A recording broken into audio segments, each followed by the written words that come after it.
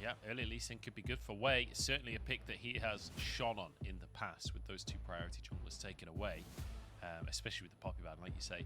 The Ahri perhaps going to be the option instead, which could then lead Tian to grab the Lee Sin. Oh, for sure. I mean, if there's anyone in the world that knows Lee Sin, it's Tian. This guy won the World Championship as MVP in the finals on that Lee Sin, right?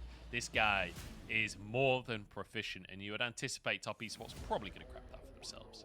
Yeah, I would assume so. And let's just think about what Top Esports will take, because the fact they're going to take Lee Sin, which is a guaranteed, means they can only pick up half of their bot lane. So it's difficult to sort of scope out what they'll take, because obviously some things like Senna can be really powerful, because you take Senna and then you can take Tom or Seraphine as that second pick and be a bit flexible. But for example, if you take Lucian here, you telegraph the Nami very clearly to the enemy team. So I mean, it's interesting. They may not even take bot lane at all. They may lean in a different direction. They could take a prio top laner and force RNG to respond. They could take a mid laner as an answer to Ahri if they have something up their sleeves. But obviously, a decent amount of things banned away. Looks like they might lean towards that Kalista. Obviously, can pair with Renata, but could also pair up with more aggressive picks like things like the Nautilus or the Alistair, things that are left open and available. Yeah, it makes it difficult to pick something like the Nami Lucian for Gala and Ming when the Renata is available still. So I'm curious what the response will be for RNG. Yeah. Whether they go for that bottom lane or whether they go for a jungler themselves. I don't anticipate the Rammus will be locked in, but certainly a jungler. Yeah, I feel like what could have been a really good pickup here would be like Aphelios Renata. Like Aphelios isn't banned here, where it was last draft. And Aphelios has been our answer to Kalista. So I certainly think that will come in. Unfortunately, they decided to prioritize, well, not unfortunately, but they decided to prioritize the jungler. With the jungle bans coming through, they felt they had to, so they can't secure the Renata to pair, and that passes it over to Top Esports. And I gotta tell you one thing, Joe, that will certainly happen in the second rotation of bans. Top Esports will absolutely ban Nautilus away. They are not going to let Ming get his hands on that through the second ban phase. Yeah, no way, no how. This is going to be a really strong 2v2 in the bottom side if they can deny the engage, or they could lock in a Swain last second. Now, we've seen generally this go to the mid lane. We have seen a little bit of top lane Swain as well, so this does have to be a cautious round of drafting now from the side of RNG, because they won't necessarily know where the Swain is going. Yeah, and the thing is, Top Esports have first priority on what comes out the second rotation. So they start banning away defensive picks like the Braum, and RNG are like, okay, do we ban the Renata? Do we ban, what about the Nautilus? Because do RNG ban the Nautilus? Because obviously Top Esports get first choice to take it in the next rotation. Puts them in a bit of a rough spot in that regard. And Top Esports also get kind of picked top lane. So a lot of positives from how they've managed this draft. And the Swain, very effective into Ahri and Vi. Obviously, they dive in and you just prop R, and they can't really burn through you. Yeah, it's just dawned on me now that you'll see that something like the Tom Kench banned away here. We'll see a Nautilus ban maybe, or a Renata ban, and then suddenly Mark locks in the Blitzcrank, inspired by On earlier on today, and we get the second Blitzcrank of the day. Yeah, we'll wait and see. I don't actually anticipate that'll come through, but it is the Renata being banned by Top Esports. Not what I expected. It does mean if they're looking to play a really aggressive lane, like those are the two picks that would slow down the aggression. And it comes down to what RNG want to take away here. There's a range of support. They will ban the Nautilus themselves, so Top Esports balance arrangement forcing that. And now, you could take things like the Alistair, the Leona. You could just leave it. You could just leave to see what RNG want. If there's a top laner you want to prioritize early here, something like the Gnar could definitely be picked up here in a lot of situations. We'll see what Top Esports up to go for. If there is something they're really solid on for the support role, they will just lock it now. Yeah, we'll see. Or Gwen is open, and Wayward is a bit of a beast on Gwen, so you could just lock that in for the top lane instead and remain with that counter pick in the bottom side. So we'll see what the bottom lane ends up looking like for RNG. I think maybe a Thresh, maybe a Tom Kench, something defensive, but then again, you're struggling in terms of being able to contest. Yeah, and I don't really like the Tom, because the problem is early, there's not much a Tom can do against Kalista. If you W, she'll hop over it and flash over it before you can do anything. Breathe is going to go for the Gnar, answer to the Gwen. No real surprise. It's probably that at GP. And now for the support pick for Ming here. They have a lot of engage already with the Vi, with the Ahri. You don't necessarily need to take something along those lines. So you could take something more defensive, as you said. I think Fresh is a possibility. But he might end up going in a different direction. Alistair is good into Kalista, because you can just knock her away. You can't outplay your combo with the headbutt pulverize. It looks like if they pick up Rakan, maybe not as much assistance, not as good at mitigating the Kalista, but obviously does scale exceptionally with that mobility. Certainly does, and there's plenty of pick potential, You right? The mentioned Ahri and it. the Vi. No way do we actually get the Blitzcrank. I was joking, but we'll have to see. We'll see where Mark goes in that bottom side. Scrolling through just about every single support in the game. Leona would be interesting. We've barely seen Leona this split. Leona has been a staple, like, first pickable support in the meta in LPL for like 3 years straight, and then this year has been the first year where she started to fall off a little bit. But Mark going back to the tried and true with a Leona in that bottom side. Yeah, so Leona did get buffed in the most recent patch, her passive damage. So, you know, whenever you apply an ability to an enemy, they get that sunlight thing on them, and then if an ally attacks them, it does bonus damage. That did get buffed. The reason we haven't really seen Leona is because with the durability change, it's harder to find those all-ins. And champions like Nautilus, who are actually sometimes squishy, were kind of fine with it. But Leona was already, like, super tanky. Making her tankier didn't really do her that many favors compared to squishy targets she's trying to kill being tankier. But we now have the setup for the bot lane. Kalista, Leona, very aggressive. And it can be very tentative, right? If you get an all-in onto the Aphelios, all Rakan can do is go for a W. And if you get JackeyLove flashing over that W, there's not much you can do after that, right? You could just E back on JD carry and shield, but they'll keep stacking those Rens. So definitely still top esports favoring having an aggressive bot lane where they can sort of apply pressure. But I do at least think in this one, RNG have more tools to contest in the early game. It's not that sit back, be passive and scale that obviously did not work for them in game one. Yeah, well, I mean, we'll have to see how aggressive they're going to be, but I anticipate extremely aggressive. The question is, what can RNG do about it? I feel like there's a lot of pressure on Way this game. Way and Xiaohu with the Vi and the Ahri to be proactive on the map and to try and deny some of what top esports are bringing to the table because, you know, especially up in that top side with the Gnar, you should have an early advantage against the Gwen. You can certainly get onto the map as that Ahri. I want to see them kind of working as a unit. Ming moving up to join Way as well and making plays around the map. Absolutely. And just, you know, as much as it was not the ideal draft setup, I feel like for RNG in that game one, the mistake Way made really snowballed things in top esports favor. So not allowing those sort of things to happen. Top lane, we've seen this matchup a lot so far this split. Obviously, Gnar's going to have that 80 pressure. Gwen, though, going to obviously be a monster later on. I do think the Swain has quite a bit of value here, though. Typically with Swain, you want to pick him into low-range compositions because, obviously, if they're hitting you, you want to be hitting them back. Those struggle into some longer-range things like Ezreal, Azir can cause problems. But here, you know, everyone on RNG is kind of working with the range the Swain are. So if you get on top of them, especially once you have Rylai's, you will stay on top of them. Keep doing that AoE burn. Yeah, and you can, you know, increase the damage of the rest of your team as well with the Imperial Mandate, if that's the build he does opt into. Top Esports grouping up on the bottom side of the map here. Going to be looking for some vision onto that red buff Way. Likely to be, I was going to say likely to be spotted out. We're at 130. This is just going to be a steal. Wayward being very cheeky to start this game off. He's just going away. He knows that he doesn't have any team nearby him, so just big damage out from Wayward. He may have stepped too far, though. That's a reset on the blue buff. Breathe trying to move over, and they think that he's left. He's got a blast cone. He's got vision. Okay, he will leave. He will go to that top lane instead, but my goodness, that is a tough start for Way. And look at Tian in the meantime. He's took the red buff. He's taken the chickens. Way is just not having a good game. Yeah, and because Breathe had to come down to help out his jungler, Breathe also missed minions in the top lane, so it's not like there's any advantage given.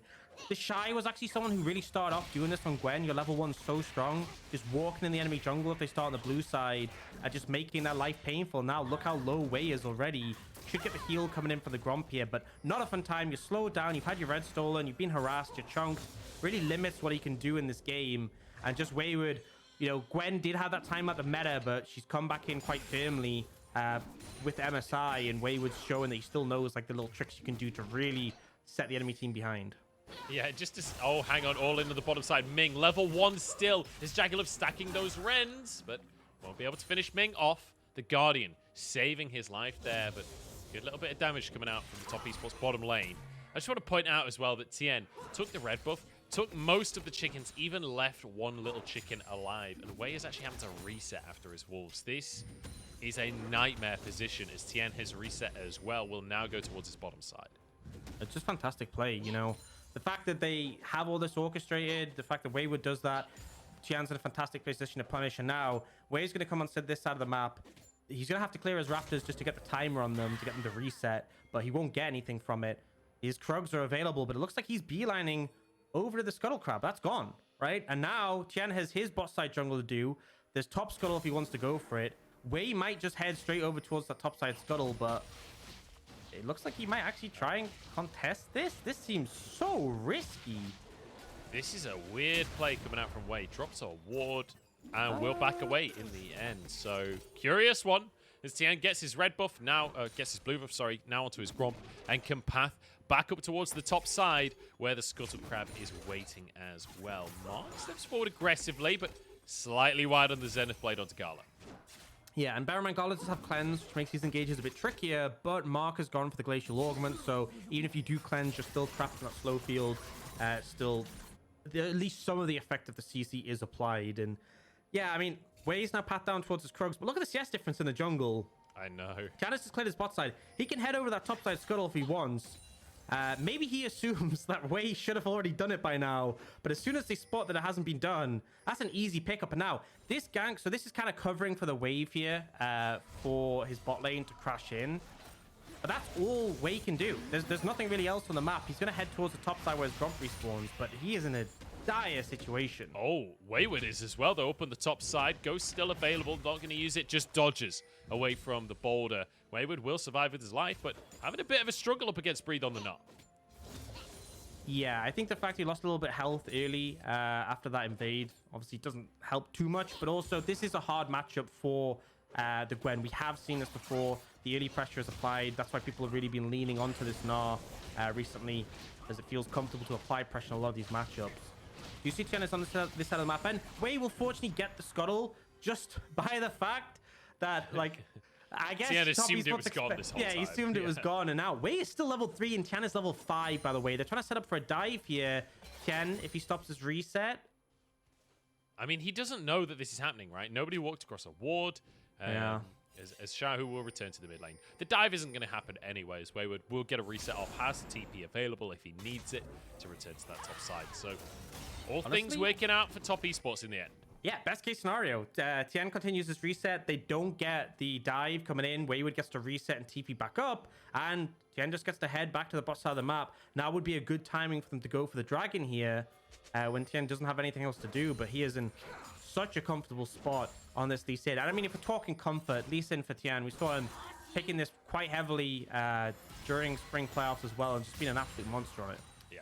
And, you know, Tian not even playing his own Lee Sin skin, right? Because he knows all of the good Lee Sins play the Muay Thai Lee Sin skin. That is just the rule. Like, every time in solo queue you see a Lee Sin, if they're using this skin, they're probably good at the game. If not, they probably suck. Sorry, Dagger. It's going to be the first drink of the game. I actually don't know. I think he used Pool Party, but I actually could be totally misrepresenting him here. I use Pool Party because there is the nice thing about Pool Party is you land a Sonic Wave and then you start recalling, pull out the coconut, and then you press Q again. That is a banger. It's one of my favorite things in the entire game, honestly. It's so good. As Tian continues the aggression here, and Wei finally caught up to the level 5, but there's no way he can contest right now with Mark alongside Tian. This will be the red buff taken. And the Krugs have been spotted as well. Tian has his smite, but not going to try for anything too aggressive here. Will back away to his own jungle once more. Yeah, and Wayward just going to move in, get some information, put a ward down. They know the blue buff is up. We'll see if they opt to act on that and engage in it. Bear in mind, Tian, as much as they're equal in levels, Tian is 1 camp away from 6. Getting access to that Dragon's Rage will be a pretty significant boost. Now, I think maybe RNG solo laners spotted the fact that Gwen went missing, just wanted to check the blue buff was still up and available. And you see the on the way ping from Wei coming out, so he's just going to head over. And this is what's going to happen, right? Your laners really have to bail you out of this one. Wei is in a rough spot. Cannot have him wasting time, losing his blue buff. Wayward potentially could have started up and maybe try to solo it. That would have been diabolical for RNG. So the lane is at least trying to give him some assistance, but for now I think Scuttle might be the contention point. Yeah, Tian could have gone for his wolves there, but knows that Scuttle Crab is up. Use the chickens as like a Spider-Man tool to queue on over the wall so he could be here to contest the Scuttle Crab. Luckily for Wei, He had Xiaohu alongside him to make sure that he could contest this one. Breathe behind enemy lines. Tian flashes over the wall and aggressed upon immediately. Look at the rest of the team jumping on, but Tian smites the crab to keep himself alive, but the rest of the team is here. Wayward now need to work across the team. Mark has arrived. Gala on the scene as well. Big damage onto Mark, and it's RNG winning the early game. It's RNG making proactive plays, bailing their jungler out and winning the fight. After such a rough start, that is what you need to get back into the game. The whole team is there.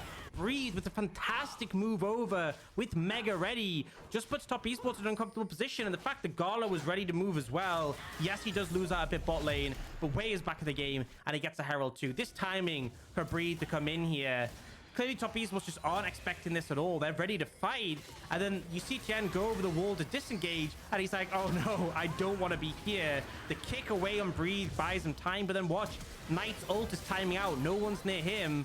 He's kind of just wasting a bit of time. Doesn't opt to flash over the wall. And that's when Gala turns up and they're like, okay, well, I guess we just lose.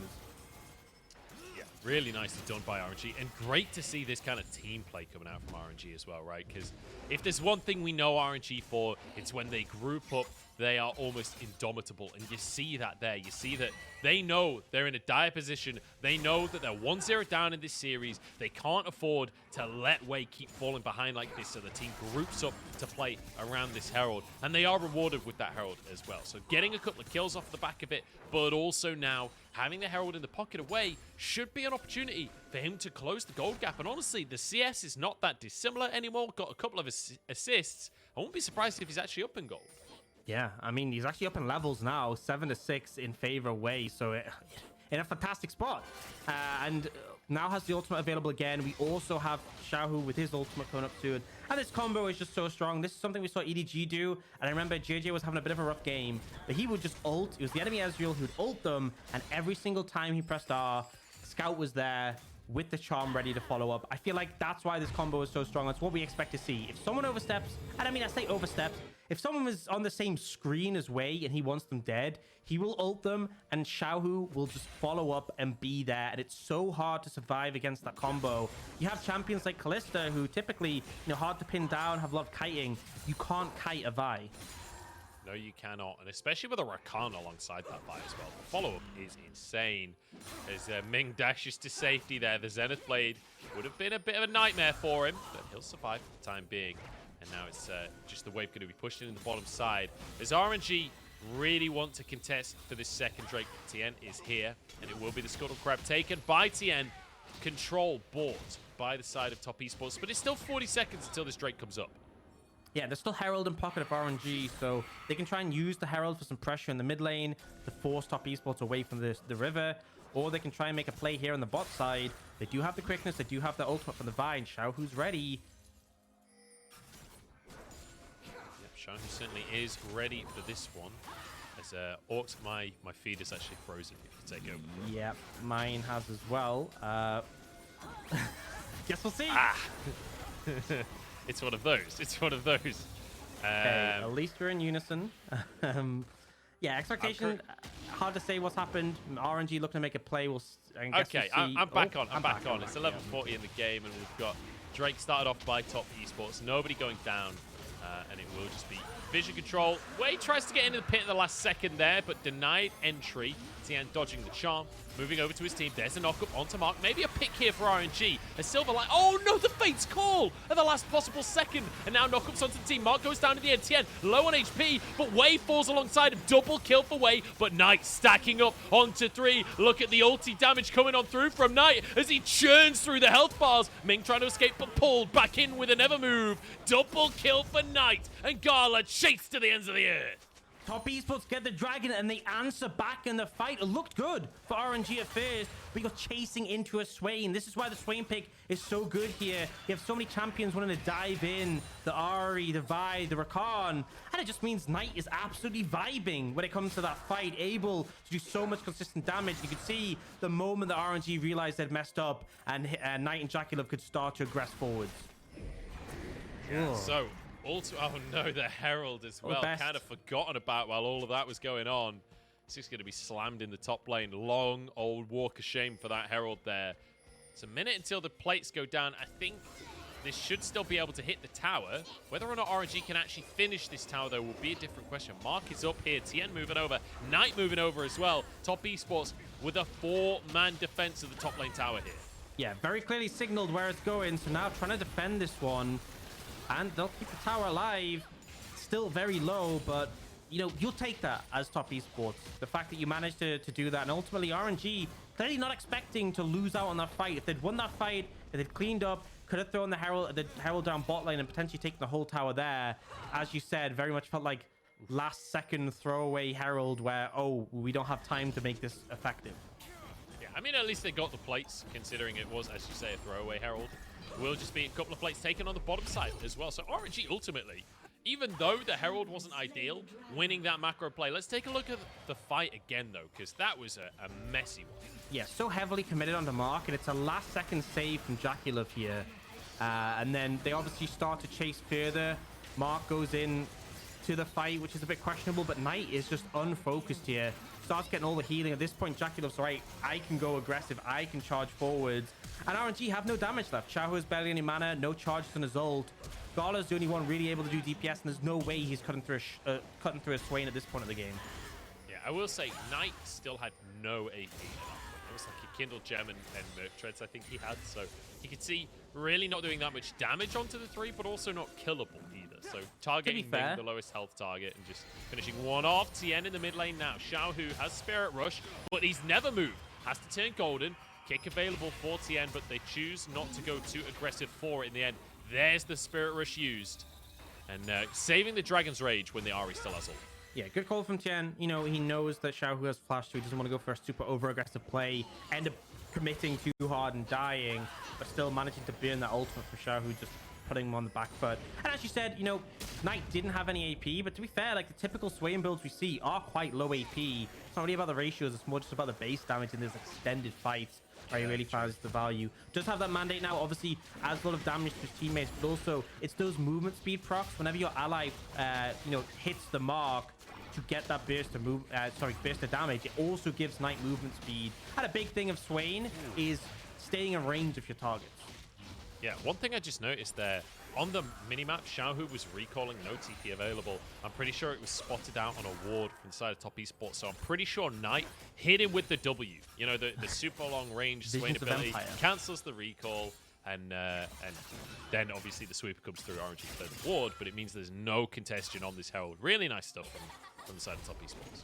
Yeah, I've played a lot of Swain in my time. I love the W visions of Empire. It's so cool because, like, if your teammates have CC, like, for example, Mark and Leona, and they go for a play, you don't even have to be close. You can pop the W down, add that burst damage, get some stacks as well for yourself. And in moments like that, right, stopping recalls, causing issue. We've seen so many Jinx ults thrown out just to stop recalls in the LPL, and it's the same concept, except you're not burning your ultimate. You're burning relatively shorter cooldown ability for the Swain. Yeah, really good stuff. And Top Esports utilizing that effectively. 4-2. And I will say, a much slower game than game number 1. A much slower game than what we've seen in our cast today, Orcs. We had an insane first series for ourselves. The second series between BLG and Wayward was our first cast of the day. Absolute chaos from start to end. Game number 1 of this one, Top Esports, just nothing but acceleration the entire time. And now with the third Drake spawning in game number 2, we'll see if RNG can maintain their hold on this game. Still 2,000 gold up.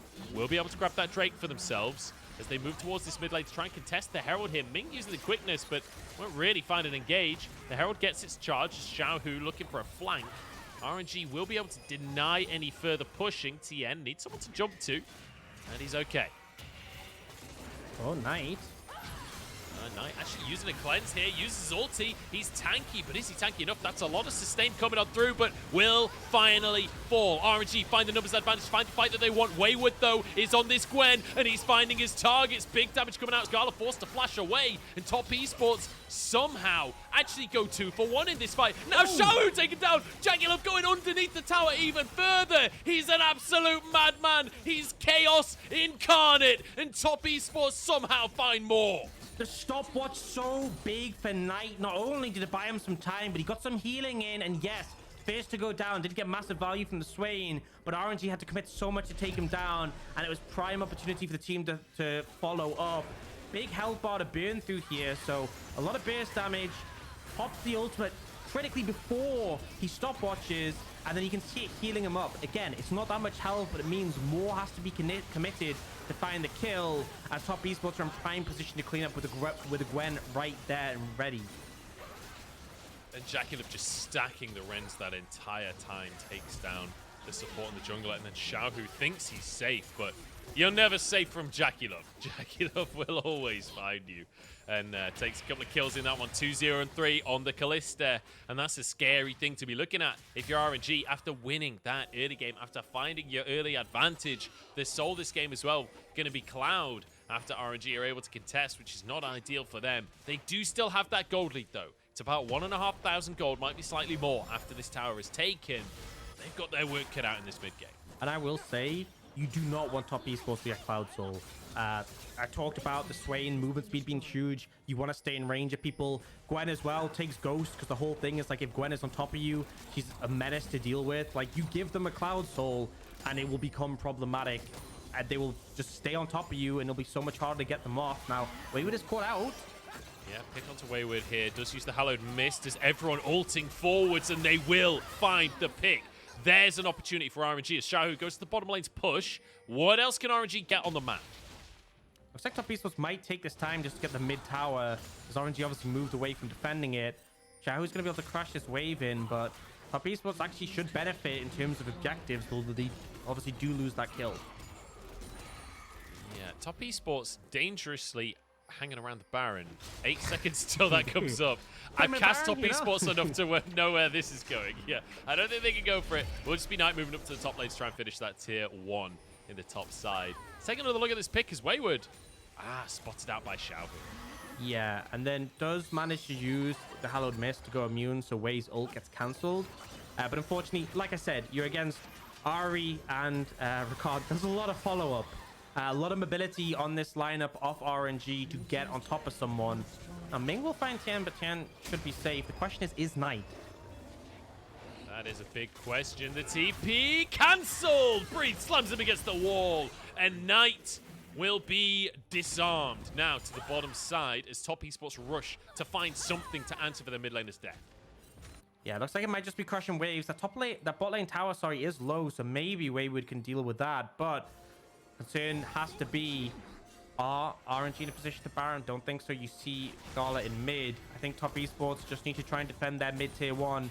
Dragon in a minute, likely going to be the next fight around that, but RNG should be able to take this tower first. Tian away, sparring a little bit in the jungle as RNG do manage to brute force this mid tier 1 down. And we're just trading towers back and forth around the map right now as both teams starting to build themselves significant piles of gold. As this will be Breathe finishing off the tier 2, somewhat uncontested. Honestly, that's 600 gold in his pocket, which he's not going to complain about. And look at Breathe's scoreline right now, 2-0-2, already with a Triforce and a Black Cleaver. He's going to be somewhat of a menace in the next couple of fights. Yeah, going to be in a much better position with all those items than obviously he was in game 1 when he was playing the GP and got bullied out. Now, Mark has to be careful. I know it's cholesterol, but don't really want to burn that for nothing. Going to be set up a fight for this one. As we said, Breathe super strong. Knight has picked up the Zhonya's, so actually stalled out his Rylai's because he sees RNG continue to try and burst him out and pick him off as a target.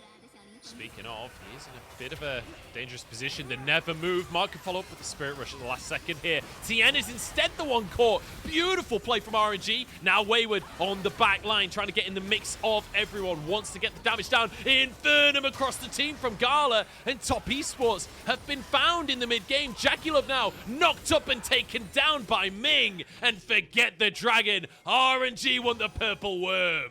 They get the jungler and then they find more, and that is enough. You can see they respect Knight, they respect Wayward. They try and kite them out, wait for the ultimate of the Swain to time out.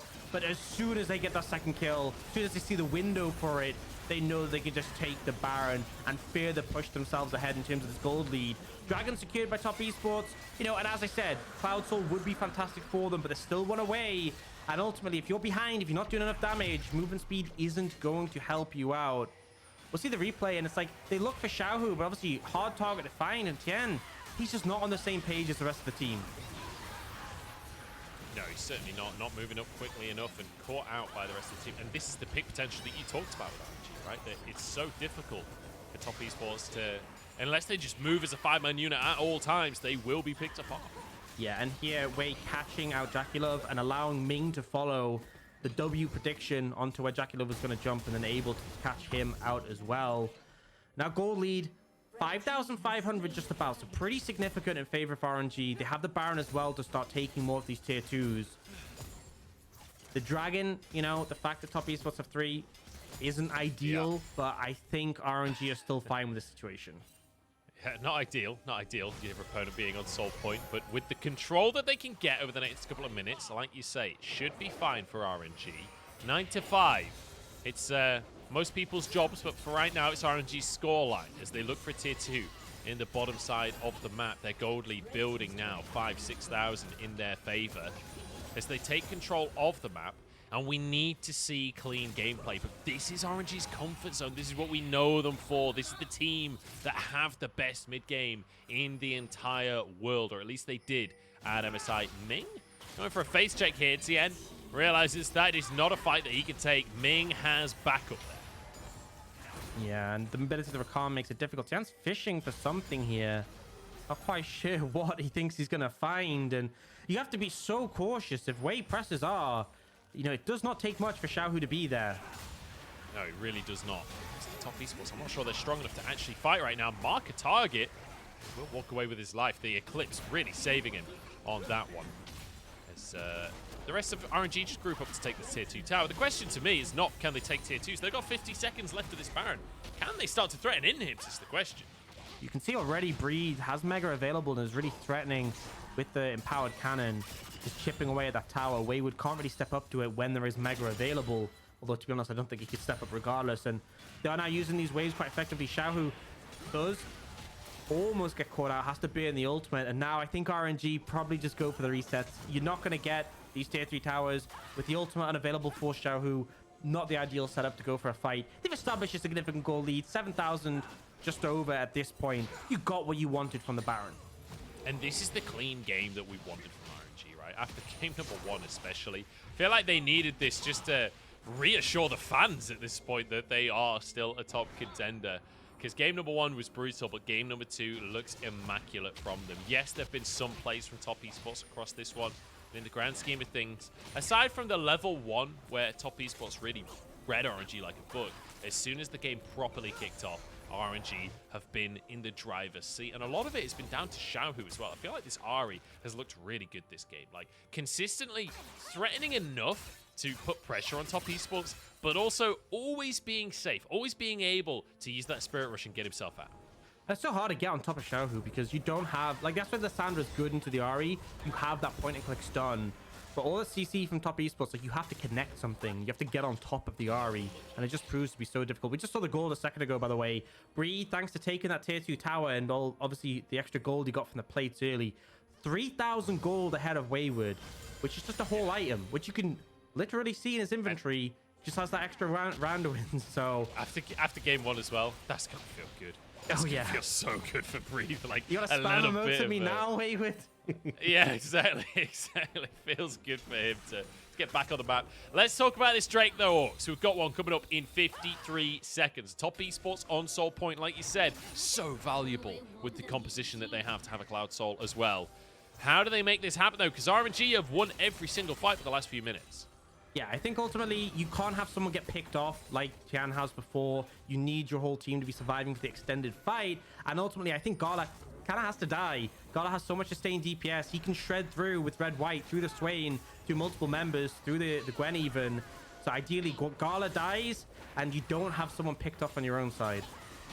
The move going slightly wide there, Tian. Oh, I thought he was picked off again, but Blast Cone's out to safety. Knight kind of left out, but has the Cloud Rift to rejoin his team with that movement speed.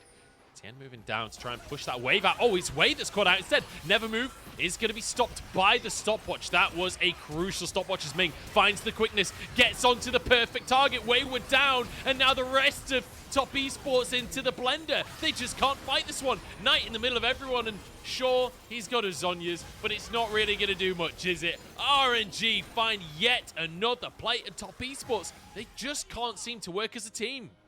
They just can't find it. Tian split off from the rest. They try and pick up Wei. Don't respect the stopwatch. So much burn, right? The combo comes out from Mark. The ult on top does nothing. And then RNG is so ready to engage. And I think this is the difference. When RNG has tools to say, we are going now, we are killing this person, they look like a completely different team. Certainly do. And RNG just straight away going to end this one out. No messing about. No trying to get kills on the Fountain. I say that. They are actually going to go. What a kick! What a kick from Tian. It doesn't matter, but that was a 5-man kick from Tian just there. Beautiful stuff. The Nexus will fall, and RNG do what RNG do best and make sure this series goes to 3. Nowhere near as explosive as like game 1, but RNG still managed to close it out quite convincingly. When it came to the team fights, when it came to the execution, you see, I think that's something that's so fantastic about RNG is the target selection. And when they have tools, point-and-click tools like Vi, like the Lissandra, which has been so good for Xiaohu, like the Nautilus, another thing consistently banned against them, where they can just pick a target and say, they just know how to make that work. Everyone is on the same wavelength. Yeah, really.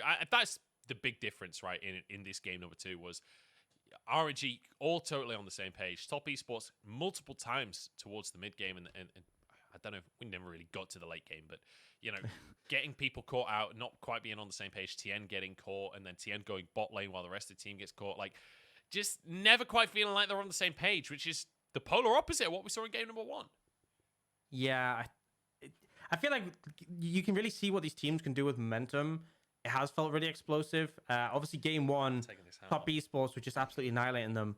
But I think, you know, ultimately what we're seeing from these 2 games is agency is key, right? Having the tools to make things happen is so important. Having the ability to set your own fights at your own pace. And as much as I don't think Top East was a composition that didn't have it, you could see trying to navigate the fights was a bit trickier for them. You know, trying to get on the Ahri, we talked about how difficult that was. We saw at the end, trying to get on top of Wei, even then, just because the stopwatch ended up being problematic and the turnaround was able to come in. So, you know, we had that stomp in game 1. We've had not quite a stomp, but a convincing game 2 by RNG. We're going into game 3, which is what we hope for, Joe, ultimately. And I really hope that this one's like both teams have seen issues with their losses and they go, right, this is what we're going to do to win. And we get a complete slugfest. Yeah, I think Top Esports once again will draft early aggression. This time RNG will have some scaling and a bit of proactivity to match. And hopefully we'll just have nothing but skirmishing in the early game. Nothing but team fights in the late game. 50-minute banger to finish us out. That's what I'm hoping for. We'll have to wait and see, though. Don't want to get too far ahead of myself. Xiaohu actually topping the damage charts in that game. Not something you usually see on Ahri. Yeah, so when the Leandri's build, obviously a lot of bulky targets on the side of Top Esports. So when he's hitting like a big orb deception across the entire enemy team, does end up stacking up a lot. I'm just going to say, Wayward did not have fun that game. On the Gwen, obviously had a rough time in the laning phase in that matchup, and then in team fights quite consistently focused out. We normally think of Gwen as being like impossible to kill, but when you have the lockdown, when the W's not available, she goes down pretty quick.